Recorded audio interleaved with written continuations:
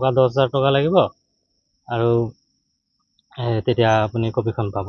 তাৰপিছত এনেকুৱা হ'ল, তাৰপিছত আৰু কেইদিনমান গ'ল, তাৰপিছত আকৌ তেওঁৰ ওচৰত আহিলোঁ। অহাৰ পিছত কৈছে নাই বোলে 6,000 টকা লাগিব। 6,000 টকা লগাৰ পিছত মই ক'লোঁ 6,000 টকা দিব নোৱাৰিম। তাৰপিছত চিন্তা কৰিলোঁ নাই, পিছত এই কি কয় ভিজিলেন্সৰ অফিচত পিছত ফোন কৰিলোঁ যে এনেকৈ তেনেকৈ কথা যে মই মাটি বিক্ৰী কৰা এনেকৈ চাৰ্টিফাই কপি ওলাব বিচাৰিছোঁ, তেওঁ টকা বিচাৰি আছে। পিছত তেওঁলোকৰ ফালৰ পৰা মোক ডিভাইচ এটা দিলে। পিছত মই তেওঁৰ লগত কি কথা বতৰা পাতিলোঁ, চব ৰেকৰ্ডিং হ'ল, সেইখিনি চালে, চাই মেলি পেলাই তেওঁলোকে আহি পেলাই আৰু আজি তেওঁক ধৰিলে। 4,000 টকা দিয়া হ'ল। 4,000 টকাত তেওঁ হাতলৈকে ধৰিলে। মই মানে মাটি বিক্ৰী কৰা আছিলে, তাত দলচোৱা মাটি বেছি গুচি গৈছিলে।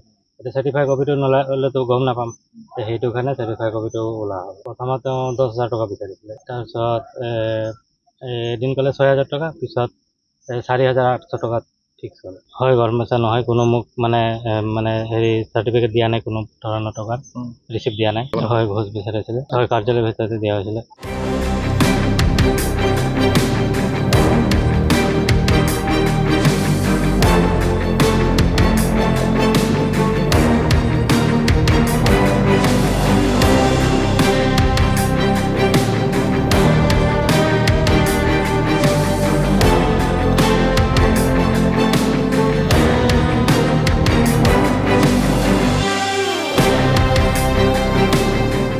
টকা 10,000 টকা লাগিব আৰু তেতিয়া আপুনি কপিখন পাব। তাৰপিছত এনেকুৱা হ'ল, তাৰপিছত আৰু কেইদিনমান গ'ল, তাৰপিছত আকৌ তেওঁৰ ওচৰত আহিলোঁ। অহাৰ পিছত কৈছে নাই বোলে 6,000 টকা লাগিব। 6,000 টকা লগাৰ পিছত মই ক'লোঁ 6,000 টকা দিব নোৱাৰিম। তাৰপিছত চিন্তা কৰিলোঁ নাই, পিছত এই কি কয় ভিজিলেন্সৰ অফিচত পিছত ফোন কৰিলোঁ যে এনেকৈ তেনেকৈ কথা যে মই মাটি বিক্ৰী কৰা এনেকৈ চাৰ্টিফাই কপি ওলাব বিচাৰিছোঁ, তেওঁ টকা বিচাৰি আছে। পিছত তেওঁলোকৰ ফালৰ পৰা মোক ডিভাইচ এটা দিলে। পিছত মই তেওঁৰ লগত কি কথা বতৰা পাতিলোঁ, চব ৰেকৰ্ডিং হ'ল, সেইখিনি চালে, চাই মেলি পেলাই তেওঁলোকে আহি পেলাই আৰু আজি তেওঁক ধৰিলে। 4,000 টকা দিয়া হ'ল।